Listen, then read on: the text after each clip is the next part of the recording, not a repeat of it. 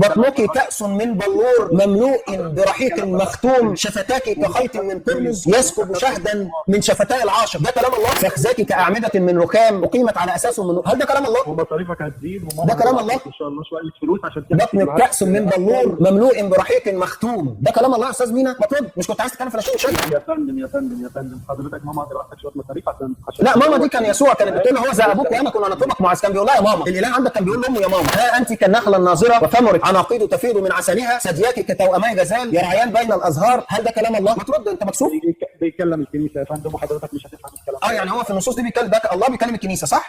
حضرتك مش هتفهم الكلام يا فندم بس رد. والله العظيم انا هقول تعليق صغير وهسكت. انا بسالك سؤال، ده كلام الله من الله للكنيسه؟ رد يا فندم. هل ده كلام الله للكنيسه؟ يا فندم رد. يعني الكنيسه ده النخله الناظره وثمر عناقيد تفيض من عسلها، ثدياك كتوأمي غزال. ده كلام الله؟ اهدى يا فندم. حاضر هديت اهو. عارف انت زي اللي بيعمل حاجه مثلا كده ويستريح ويتنفس في اليوم السابع. هل ده كلام الله يا استاذ مينا؟ المناقشات دي هو انت مش انا كنت عايز تتكلم في نشيد الانشاد اللي انت بتحاول تجمع منها فخذاك كأعمدة من رخام أقيمت على أساس من نور، بطنك كأس من بلور. أنت مكسوف يا فندم؟ مكسوف تعلق؟ ده كلام الله. شفتاك كخيط من قرمز يسكب شهدا من شفتاء العاشق. ده كلام الله. يا فندم الله بيخاطب الكنيسه دي نصوص أنا مألفها يا فندم. مألفها يا فندم.